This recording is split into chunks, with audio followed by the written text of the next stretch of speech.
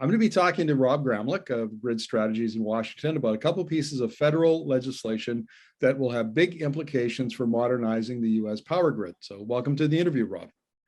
Thanks, Markham. Good to be here. Look, can you tell us about the two bills, where they're at, and where we go from here? Sure. Well, first of all, it is kind of confusing to distinguish between these two and understand what they do. The news reports try to characterize one as infrastructure and one as sort of social policy and climate, and that distinction doesn't really work for the power sector. I think the way to think about it, to keep them straight, is the bipartisan bill, which is the Infrastructure Investment and Jobs Act, is passing on a bipartisan basis, which means it can make policy changes. The other one, the Build Back Better Act, is passing through what's called the reconciliation process, and in that process, you can do dollars and cents, you can do tax credits and spending and things like that. You can't really change policy. So that's the distinction that makes sense to me, because there are some important policy changes in the bipartisan bill that is now through the House and Senate, ready for the president's signature, which includes, for example, federal backstop transmission line siting, a significant strengthening of that policy for the Department of Energy and FERC.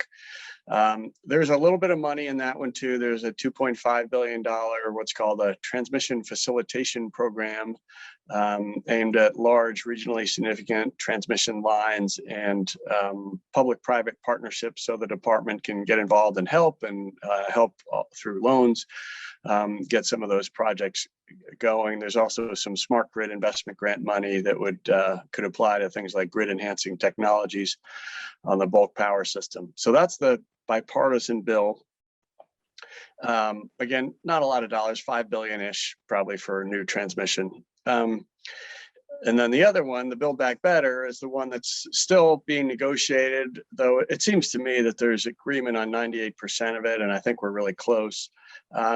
That has a lot of dollars for climate-related provisions. I think $550 billion total for climate-related provisions. The power sector is a significant portion of that,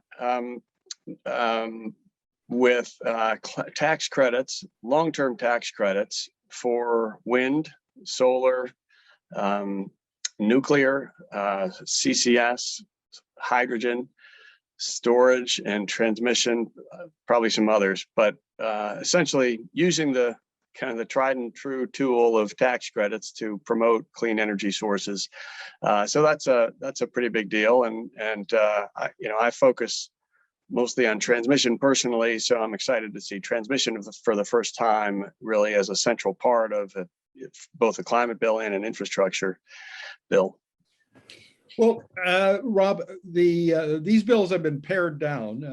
They not as much money and not as comprehensive as they maybe were when President Biden, compared to President Biden's ambition. Let's put it that way.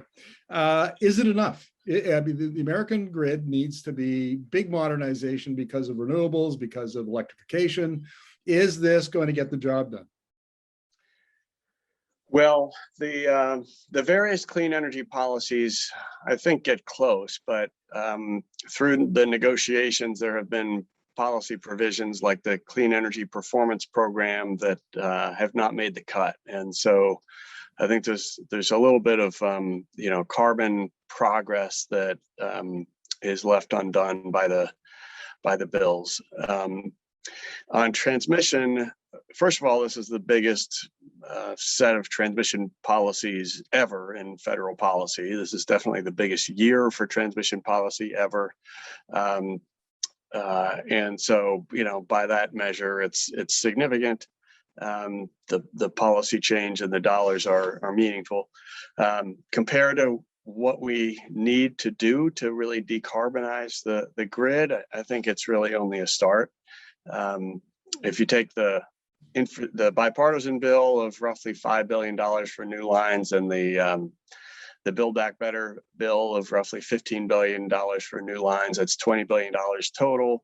A lot of studies are saying we need to double or triple national transmission delivery capacity to the tune of maybe $300 billion by this end of this decade, not for just the routine asset replacements, which is going on. That's mostly what's being spent today. But I'm talking about $300 billion of new transmission to expand capacity.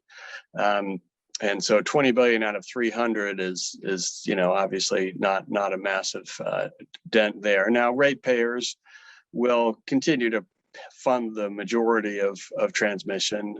Nobody expects taxpayers through federal legislation to fund most of transmission. So this $20 billion hopefully will leverage a lot of private sector capital and try to, and we have a lot of work to do at other places like FERC to get the remainder covered.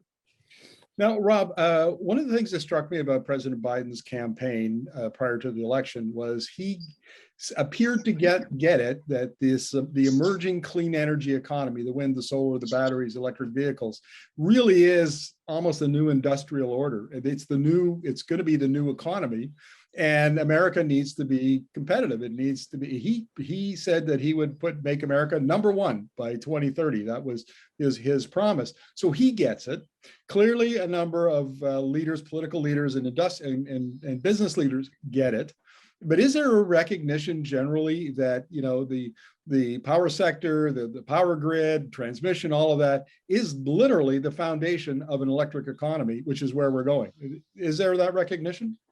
I think there is that recognition. We've never had a president or a secretary of energy who really get the power sector and the need for transmission like we have with President Biden and Secretary Granholm. And they have any number of statements they've made, and there's information on the White House website about laying thousands of miles of new transmission. And they certainly embrace all of the jobs that come with both the transmission and the generation that is accessed. The Democratic coalition, basically the Biden coalition of organized labor and environmental groups, is very strong, and there's alignment there. All these tax credits come with labor provisions, by the way. So I think there's very strong unity within the Democratic Party generally on that. I used to work for a Republican, and Republicans used to lead this stuff in Washington, but that seems to have changed. Maybe that can be redeveloped in the future. But the challenge, of course, is there's a couple of senators who have a big influence, and just having agreement from most of them doesn't count when you need every single Democratic senator to support something. Right, exactly. Now, final question, Rob. So the politicians get it, though some maybe not as much as others. But especially when it comes to transmission, that's always a contentious issue down at the community level, at the regional level. And is there a recognition at that level that these kinds of investments, I know NIMBYism aside, but if you want to get to net zero, if you want to create jobs, the infrastructure has to be constructed? Yeah, that's a challenge, certainly. Local, support or opposition to both generation and transmission can make or break a lot of important infrastructure.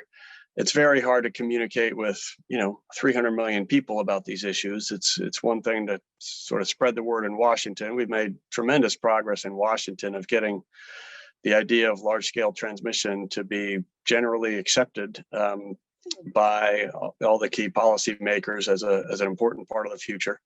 But when a project is proposed in a certain area and there's some community, they